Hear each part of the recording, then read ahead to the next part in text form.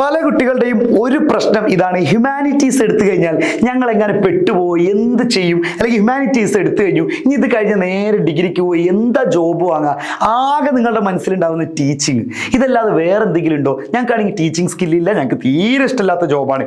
പക്ഷെ മക്കളെ, ഞാനൊരു കാര്യം പറഞ്ഞിട്ട്, നിങ്ങൾ പറയുന്ന ഡോക്ടറോ എഞ്ചിനീയറോ ഒന്നല്ല ഏറ്റവും വലിയ ജോലി. എനിക്ക് തോന്നുന്നു ഡോക്ടേഴ്സിന് എനിക്ക് സ്ഥാനം മറന്നു. ഈ അടുത്ത് ഞാനൊരു വീഡിയോയിൽ കറക്റ്റ് അതിൻ്റെ സ്ഥാനം പറഞ്ഞിട്ടുണ്ട്. എടാ, ഈ പറയുന്ന ഡോക്ടേഴ്സ് എഞ്ചിനീയറൊക്കെ നമ്മൾ പറയുന്ന ഒരുപാട് ജോലിയുടെ താഴെയാണ്. നമ്മുടെ ഇന്ത്യയിൽ അല്ലെങ്കിൽ നമ്മുടെ കേരളത്തിലാണ് ഈ പറയുന്ന നിങ്ങൾ ഉദ്ദേശിക്കുന്ന ഈ സയൻസ് എടുത്തു കഴിഞ്ഞാൽ ഡോക്ടേഴ്സ് എഞ്ചിനീയേഴ്സിനൊക്കെ ഭയങ്കര സംഭവമായിട്ടുള്ളത്. എടാ, നമ്മുടെ പൊളിറ്റിക്സ് നിങ്ങൾ മനസ്സിലാക്കട്ടെ. ഇന്ന് ഇന്ത്യയിൽ അങ്ങനത്തെ, ഞാൻ പറയും, ഇന്ത്യയിൽ സീറ്റ് കിട്ടാൻ ഏറ്റവും നമ്പർ 1 കോളേജിൽ അല്ലെങ്കിൽ ലോകോത്തര നിലവാരത്തിലുള്ള കോളേജുകളിൽ, യൂണിവേഴ്സിറ്റികളിൽ സീറ്റ് അഡ്മിഷൻ ഏറ്റവും കൂടുതൽ ടൈറ്റുള്ള, ഏറ്റവും കൂടുതൽ കോമ്പറ്റീഷനുള്ള ഒരു സബ്ജക്റ്റ് അത് പൊളിറ്റിക്സ് ആണ്. എടാ, പൊളിറ്റിക്സിന് സീറ്റ് കിട്ടുക നമുക്ക് അങ്ങനെ ഇങ്ങനെയാണ്. പ്രത്യേകിച്ച് ഇന്ത്യൻ്റെ പുറത്തേക്ക് നിങ്ങൾ പൊളിറ്റിക്സ് അവിടെ പഠിക്കാൻ പോയേക്കാണ്. വലിയ വലിയ യൂണിവേഴ്സിറ്റികളിൽ വലിയ വലിയ ആൾക്കാരൊക്കെ സ്വാഭാവികമായിട്ട് നമ്മൾ പറയുന്ന ഈ സെലിബ്രിറ്റി പട്ടങ്ങളൊക്കെ നിൽക്കുന്ന ആൾക്കാരല്ലേ, അവരൊക്കെ പൊളിറ്റിക്സ് ആണ്. അപ്പോൾ നമ്മൾക്ക് പൊളിറ്റിക്സ് പഠിച്ചിട്ട് എന്താ രാഷ്ട്രീയക്കാരനാവണം? അല്ലടാ, രാഷ്ട്രീയക്കാരനാവാനല്ല. പിന്നെയോ, ഈ രാഷ്ട്രീയക്കാരന് കുറച്ച് കാര്യങ്ങളൊക്കെ പറഞ്ഞു കൊടുക്കുന്ന അഡ്വൈസേഴ്സ് ഉണ്ടാവില്ല, ഉപദേഷ്ടാകർ, ഇങ്ങനെയൊക്കെ ചെയ്താൽ മതി, ഇതൊക്കെയാണ് ബെറ്റർ. ഇത് നിങ്ങളാണ്. സാർ ഞങ്ങളോ? എടാ, നമ്മൾ വിചാരിക്കുന്ന ഈ രാഷ്ട്രീയക്കാരാണ് ഈ കാര്യങ്ങളൊക്കെ പറയുന്നതെന്നാണ്, അവരെ മൈൻഡിൽ നിന്ന് വരുന്നതെന്നാണ്. എടാ, അവർക്ക് കുറെ ഉപദേഷ്ടാക്കളുണ്ടോ? രാഷ്ട്രീയക്കാർക്ക് ഒരുപാട് ഉപദേഷ്ടാക്കൾ.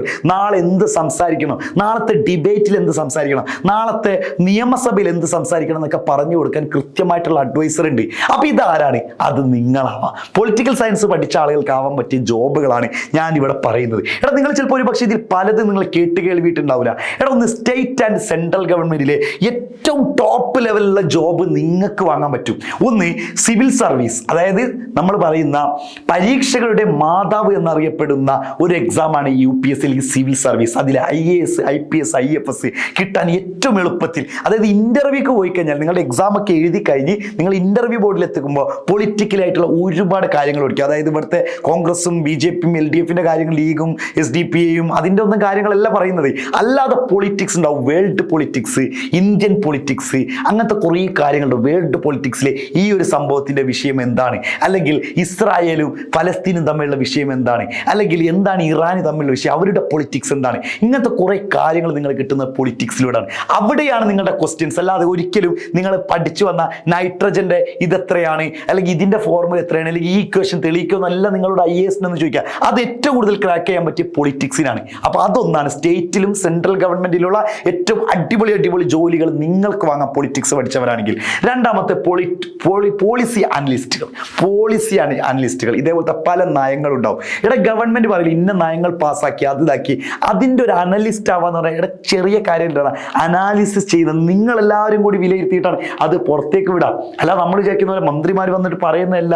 ഇവിടെ മന്ത്രിമാർക്ക് ചിലപ്പോൾ അത്ര നോളജ് ഒന്നും ഉണ്ടാവില്ല. നമ്മൾ വിചാരിക്കുന്ന പോലെ അവർ നാട്ടിൽ അവർ ഫേമസ് ആണ്, അവർക്ക് കുറെ കാര്യങ്ങൾ അറിയുണ്ടാവും. അതിനാണ് അവരെന്ത് ചെയ്യുന്നത്, പേഴ്സണൽ സ്റ്റാഫ് എന്നൊക്കെ പറഞ്ഞിട്ട് എല്ലാ മന്ത്രിമാർക്കും, എന്തിന് മുഖ്യമന്ത്രിക്കും എല്ലാവർക്കും ഉണ്ടാവും. അതേപോലെ പോളിസി അനലിസ്റ്റ് നിങ്ങൾക്കാവാം. പിന്നെ ലോ, മെയിൻ സംഭവം ഇന്റർനാഷണൽ ലോ പഠിക്കാം. നിങ്ങൾക്ക് വേൾഡിൽ എവിടെ ഏതെങ്കിലും കമ്പനിയുടെ ലോയർ ആവാം. ഇതൊക്കെ പൊളിറ്റിക്സ് പഠിച്ച് ഞാൻ കൃത്യമായിട്ട് മനസ്സിലാക്കാൻ സംബന്ധം. പ്രത്യേകിച്ച് ഇന്റർനാഷണൽ പൊളിറ്റിക്സ് ഉണ്ട്. ഇപ്പോൾ +2 കഴിഞ്ഞിട്ട് നിങ്ങൾ അതിൻ്റെയൊക്കെ മേഖലയിലേക്ക് എത്തിപ്പെടാം. നല്ല നല്ല കോളേജുകളിലേക്ക് എത്തിയിട്ട് വേൾഡ് പൊളിറ്റിക്സ്, അങ്ങനത്തെ അല്ലെങ്കിൽ ഇന്റർനാഷണൽ പൊളിറ്റിക്സ്, അങ്ങനത്തെ കുറേ ഇതിന്റെ മേഖലകൾ തന്നെ ഉണ്ട്. പൊളിറ്റിക്സിൻ്റെ തന്നെ ഒരുപാട് ബ്രാഞ്ചസ് ഉണ്ട്. അതൊക്കെ നമുക്ക് മെല്ലെ പറയാം. പിന്നെ അതുപോലെ തന്നെ ലെജിസ്ലേറ്റീവ് അസിസ്റ്റന്റ് ആവാം, സോഷ്യൽ മീഡിയ മാനേജർ ആവാം, ജേർണലിസം. എടാ, ഈ പറയുന്ന നമ്മുടെ പത്രമാധ്യമങ്ങളിൽ കിട്ടുന്ന ഇങ്ങനെ വാത്തോരാതെ സംസാരിക്കുന്ന പല ആൾക്കാരില്ലടാ. പല ആൾക്കാരും അവർ എനിക്ക് തോന്നുന്നത് നമ്മുടെ റിപ്പോർട്ടർ ചാനലിന്റെ അരുൺകുമാർ ഉണ്ടല്ലോ, അരുൺകുമാർ, അപ്പോൾ നല്ല അടിപൊളിയായിട്ട് പറയുന്ന അവർ എനിക്ക് തോന്നുന്നത് പൊളിറ്റിക്സിന്റെ അധ്യാപകനായിരുന്നു എന്ന് തോന്നുന്നു. കുറച്ച് മുമ്പ് എവിടെയൊക്കെ ഒരു ഇന്റർവ്യൂ പറയുന്നത് കേട്ട്, തെറ്റാണെങ്കിൽ ക്ഷമിക്കണേ, പൊളിറ്റിക്സിന്റെ അധ്യാപകനായിരുന്നു. അപ്പൊ ഈ അങ്ങനെ ഒരുപാട് ജേർണലിസ്റ്റുകളൊക്കെ എന്തായിരിക്കും ഈ പറയുന്ന കാര്യങ്ങളിലായിരിക്കും. പിന്നെ അതുപോലെ തന്നെ വരുന്നതാണ് മാർക്കറ്റിംഗ് റിസർച്ച് അനലിസ്റ്റുകളായിരിക്കും കേട്ടോ. മാർക്കറ്റിംഗ് റിസർച്ച് അനലിസ്റ്റുകളായിരിക്കും മറ്റൊന്ന്. പിന്നെ വരുന്നത് ടീച്ചിങ്, മറ്റൊരു സംഭവമാണ് ടീച്ചിങ് എന്ന് പറയുന്ന പ്രധാനപ്പെട്ട കാര്യം.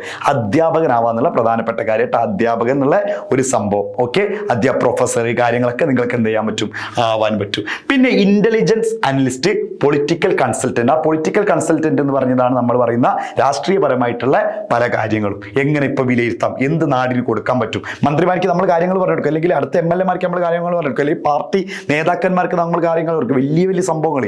അതൊക്കെയാണ് എന്ത് ചെയ്യുന്നത്, പൊളിറ്റിക്സ് പഠിച്ചാലുള്ള കാര്യങ്ങൾ. അപ്പൊ ഇത്രയും ഇത് ഞാൻ വളരെ ചുരുക്കിയിട്ട് പറഞ്ഞതാണ്. ഇതിനൊക്കെ സാലറി പറയുന്ന മറ്റൊരു വീഡിയോസുമായിട്ട് നമ്മൾ വീണ്ടും വരും. ഇതിനൊക്കെ സാലറി നിങ്ങൾ പെർ ആനം, അതായത് ഒരു വർഷത്തിൽ കിട്ടുന്ന സാലറി നമ്മൾ കേട്ടിട്ട് അത്ഭുതപ്പെടുന്ന ഒരു ഡോക്ടേഴ്സിനും ഒരു എഞ്ചിനീയറിനും കിട്ടാത്ത സാലറിയാണ് ഇതൊക്കെ. ഇതൊന്നും ചെറിയ കാര്യമില്ല. ഇവിടേക്ക് എത്തിപ്പെട്ടാലല്ലേ മക്കളെ നിങ്ങൾ രക്ഷപ്പെട്ടു. അപ്പോൾ പൊളിറ്റിക്സ് ഹ്യൂമാനിറ്റീസ് എടുത്ത ആൾക്കാരൊന്നും ഒരിക്കലും എന്തില്ല, നിങ്ങൾ വിചാരിക്കുന്നത് ഞങ്ങൾക്ക് ആകെ ഡിഗ്രി എടുത്ത് നേരെ ഇത് പഠിച്ചോല്ല. ഡിഗ്രി തന്നെയാണ് എടുക്കേണ്ടത്, ഇതിൻ്റെ കുറേ സംഭവങ്ങളുണ്ട്. ഓക്കെ അല്ലേ, സെറ്റല്ലേ? അപ്പോൾ വലിയ രീതിയിലുള്ള ഇതിലുള്ള ഏതെങ്കിലും ജോബിലൊക്കെ നിങ്ങൾ എത്തിക്കാണാം. പിന്നെ മറക്കായിരുന്നു സാറേ ഞങ്ങൾക്ക് അത് പറഞ്ഞു തന്നത്. ഈ മറന്നാലും കുഴപ്പമില്ല, നിങ്ങൾ അവിടെ എത്തിക്കണ്ടാൽ മതി. Okay, thank you.